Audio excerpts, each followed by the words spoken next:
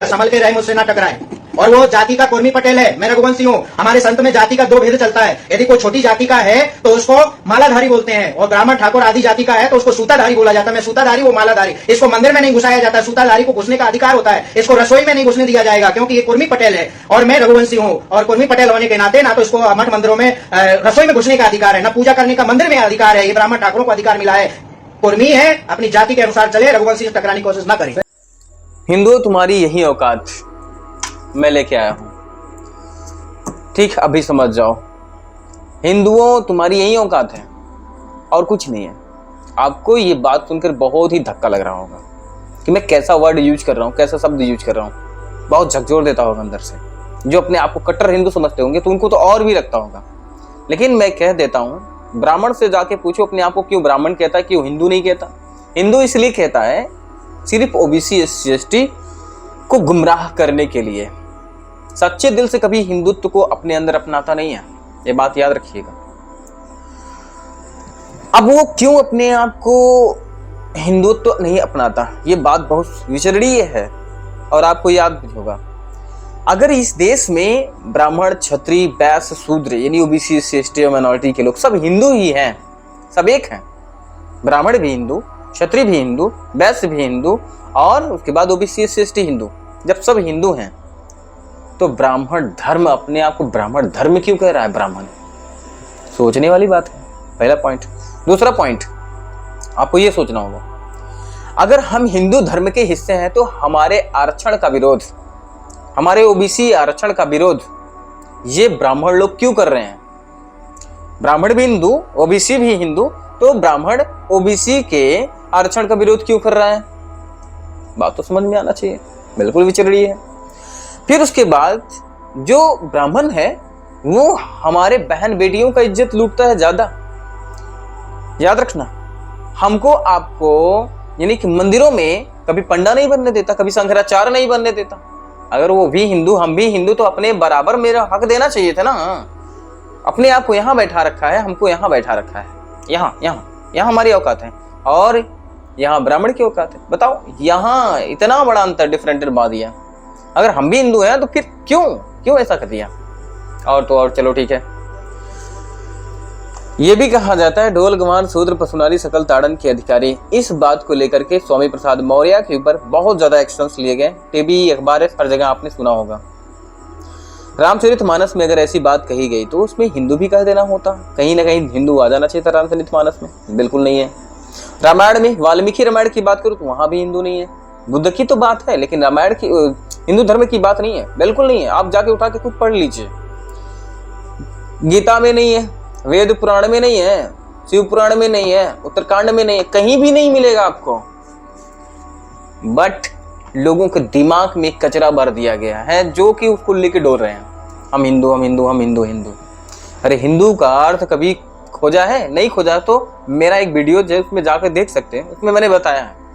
आप गूगल पे जाकर के सर्च कर सकते हैं, उसमें आपको पता चल जाएगा। तो हमने इतनी बातें आपको बताई, मैं पॉइंट पे आता हूँ। मैं आपको बताऊंगा, धीरे धीरे सब समझाऊंगा। ये वीडियो थोड़ा लंबा होने वाला है, आप लोग इस वीडियो को जरूर अंत तक देखिए जरूर।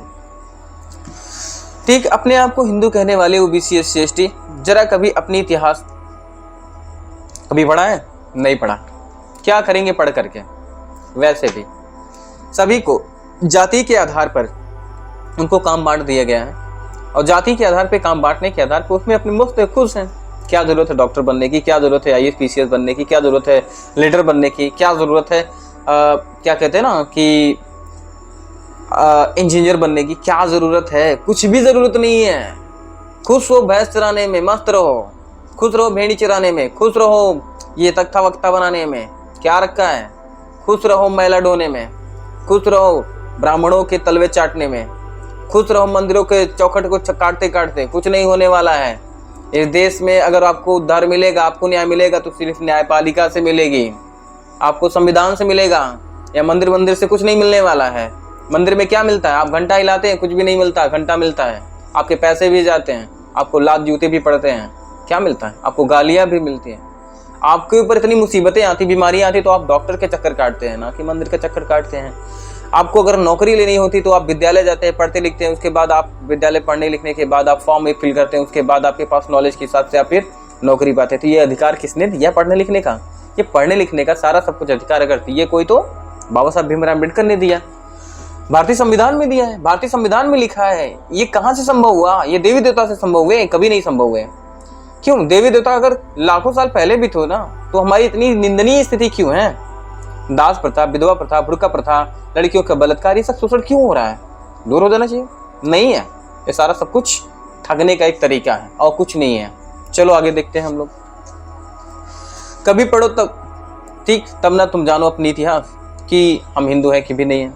आगे देखते हैं। जरा सोचना, तुम ओबीसी एससी हिंदू और ब्राह्मण हिंदू, तो जरा बताओ यह ब्राह्मण तुम्हारे आरक्षण का विरोध क्यों कर रहा है? जैसा कि मैंने पहले भी बताया, ब्राह्मण भी क्या है? हिंदू है। ओबीसी एससी एसटी और माइनॉरिटी के भी हिंदू हैं। जब सब हिंदू हैं, एक हिंदू का विरोध काहे को कर रहा है भाई? नहीं करना चाहिए था। वर्चस्व की लड़ाई है, तो वर्चस्व की लड़ाई में ऐसा हो ही नहीं सकता। वो अपने आप को, अरे भाई बेटी का संबंध करना चाहिए था ना, यानी खटियल आपको, यानी कि शादियां भी तो एक में करनी चाहिए। तो सब हिंदू है तो हिंदू में ही शादी करें। क्यों जातियां बना दी गई? जातियां बनाने की क्या आवश्यकता पड़ी? अरे जातियां क्यों बनी? हर काम के पीछे रीजन होता है। महामानव गौतम बुद्ध कहते हैं, उन्होंने कहा था, ठीक, जरा सोचिए, मैं भगवान नहीं, मैं महामानव कह रहा हूँ। मेरे निगाह में बुद्ध भी भगवान नहीं है, मैं बुद्ध को भी भगवान नहीं मानता। वो महान आदमी थे। उन्होंने तो ये भी कहा है कि मैं कोई ईश्वर नहीं, मैं कोई भगवान नहीं, मैं भी आपकी तरह एक आम आदमी हूँ। लेकिन पाखंडी लोगों ने उनको भगवान कहना शुरू कर दिया और ये भी बोल दिए कि वो विष्णु के 28वें अवतार हैं। गजब के, यानी कि बुद्ध ये नहीं सिद्ध कर पा रहे कि हम 28वें अवतार हैं और उनको ना देखने वाले, ना जानने वाले 28वें अवतार घोषित कर दिए। बताओ क्या गजब का चाल चला गया इन ब्राह्मणों के द्वारा। सिलेबस में कितनी डाइवर्टेशन किया गया। चलो आगे देखते हैं। फिर उसके बाद कह रहा है, यही ब्राह्मण तुम्हें कभी वर्ण के आधार पर शूद्र तथा अतिशूद्र कहा करते थे। यही ब्राह्मण लोग कभी आपको, यानी भारतीय संविधान जब लागू नहीं हुआ था उससे पहले आप कोई ओबीसी नहीं थे, कोई एससी नहीं थे, कोई एसटी नहीं थे, कोई माइनॉरिटी नहीं था। यहाँ पे शूद्र थे हम। ब्राह्मण, क्षत्रिय, वैश्य, शूद्र, इनके नाम से हमारे आपका शोषण किया जाता था। हमारे बहन बेटियों की इज्जत लूटे जाते थे। तब हम हिंदू नहीं थे क्या? तब भी तो हम हिंदू थे। तब कहाँ गई हिंदुत्वता? मर गई थी? नहीं मरी थी, सब थी जिंदा। लेकिन याद रखना, अब हमको बरगलाने के लिए ब्राह्मणों ने एक चाल रचा, हिंदू हिंदू हिंदू हिंदू हिंदू मुस्लिम नाम की लड़ाई लड़वा करके, मलाई चाट करके वो पार्लियामेंट में बैठे हैं, नौकरियां ज्यादा लेकर बैठे हैं, और हम आप मंदिर मस्जिद के चौखट काटते रहते हैं और पैसे भी कमाते हैं, कुछ नहीं कर पाते हैं लाइफ में।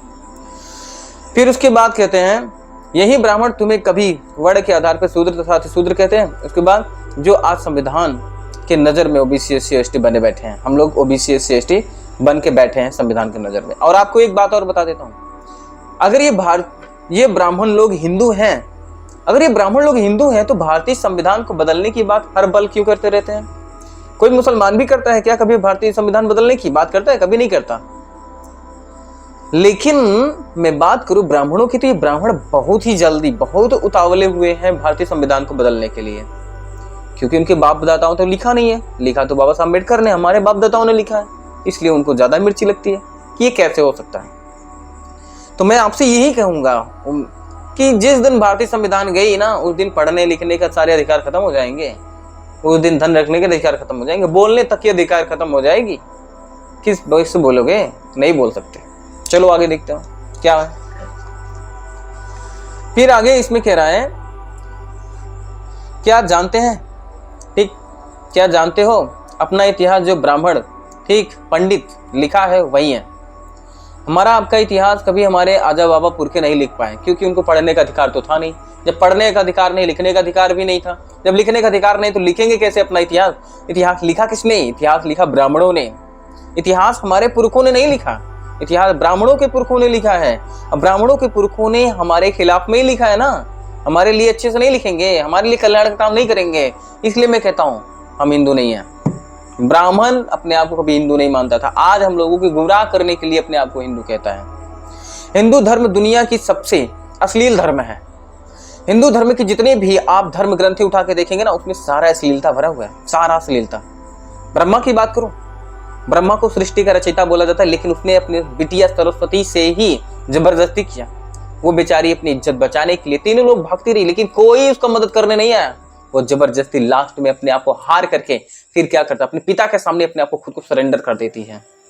देखो ऐसे लोग हैं, इतिहास में पढ़े हैं, जिनसे हमको पूजा करवाया जाता है और वो हम अपनी इस सृष्टि का रचयिता समझते हैं। बात समझ रहे? जितने भी देवी देवता हैं सब ऐसे अश्लील हैं। सबकी कोई अपने बहन से ब्याह कर रहा है, कोई अपनी बेटी से कर रहा है, कोई अपनी पोती से कर रहा है, तो कोई ऐसे ऐसे ऐसे वगैरह। यही हमारे देवताओं के इतिहास है और कुछ भी नहीं है। और कौन है ये सब? ये सभी जाति के ब्राह्मण थे, ब्राह्मणों के महापुरुष हैं, लेकिन फिर भी आपको शर्म तक नहीं आ रही है। कैसे हो?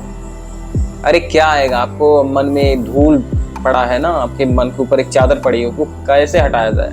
यही सबसे बड़ी सवाल है। जिस धर्म ने इतनी घटिया प्रथाओं को, ठीक, जिस धर्म ने इतनी घटिया प्रथाओं जैसे क्या, सती प्रथा, विधवा प्रथा, बुर्का यानी कि सती प्रथा, यहाँ तक घूंघट प्रथा, यानी कि नाना प्रकार की प्रथाएं लागू कर दिया। दासी प्रथा, बताओ, 6 से लेकर के 12 साल की लड़कियों को यानी कि मंदिरों में दान दे दिया जाता था। उनके साथ में जो पुजारी हुआ करता था वो शोषण करता था, शारीरिक शोषण। फिर उसके बाद अगर वो लड़की प्रेग्नेंस हो गई, बाय द वे, प्रेग्नेंस हो जाने के बाद जब उसमें से जो बच्चा जन्मा लेता था उसको बोल देता था हरिजन। हरिजन, बताओ। ब्राह्मण ने उसके साथ में सेक्सुअल हरासमेंट किया। उसके बाद सेक्सुअल हरासमेंट के बाद क्या करता है, उससे जो बच्चा जन्मा हुआ उसको बोल देता भगवान का जन्म है। क्या कभी भगवान स्पर्म छोड़ने आता है इस जगह पे? भगवान स्पर्म छोड़ेगा उस लड़की के अंदर? इतना बेशरम भगवान हो सकता है? कभी कभी नहीं हो सकता। उस लड़की को बनाने वाला भगवान, और भगवान ही उसके पेट में गर्भ कर देगा, इसी किसी बेरहमी कर देगा? नहीं, कभी नहीं हो सकता। तर्क लगाओ, बुद्धि लगाओ, खुद ही समझ में आ जाएगा। ये सारा खेल सिर्फ ब्राह्मण का है और हमको गुमराह करने के लिए ऐसा कर देता है और हम गुमराह भी हो जाते हैं बड़े अच्छे से। यह देश कभी हिंदू राष्ट्र नहीं बन सकता, ठीक? यह देश किसी ब्राह्मण का नहीं है। इस देश को, इस भारत देश को हिंदू राष्ट्र बनाने की साजिश चल रही है। पूरी तैयारी कर रहे हैं कि हिंदू राष्ट्र बनाया जाए। बाबा बागेश्वर साहब का तो नाम सुना ही होगा, बाबा बागेश्वर सरकार का भी नाम सुना ही होगा। वो लोग भी बड़े, देवकीनंदन ठाकुर का भी नाम सुना होगा। ये लोग बड़े बढ़ चढ़ के किस दावे के साथ कहते हैं कि मैं इस देश को हिंदू राष्ट्र बना दूंगा? क्या इनकी औकात है कि इस देश को बना लेंगे? क्या इस देश में सिर्फ एक ही धर्म के लोग रहते हैं क्या? इस देश में एक ही जाति के लोग रहते हैं क्या? हर धर्म हर जाति के लोग रहते, तो ऐसे हिंदू धर्म बन जाएगा? है मुश्किल, कभी नहीं बनेगा। हिंदू धर्म के नाम पे सिर्फ हिंदुओं को बरगलाया जाता है, उसके बाद मुस्लिमों से लड़ा करके फिर यहाँ पे अपना उल्लू सीधा किया जाता है।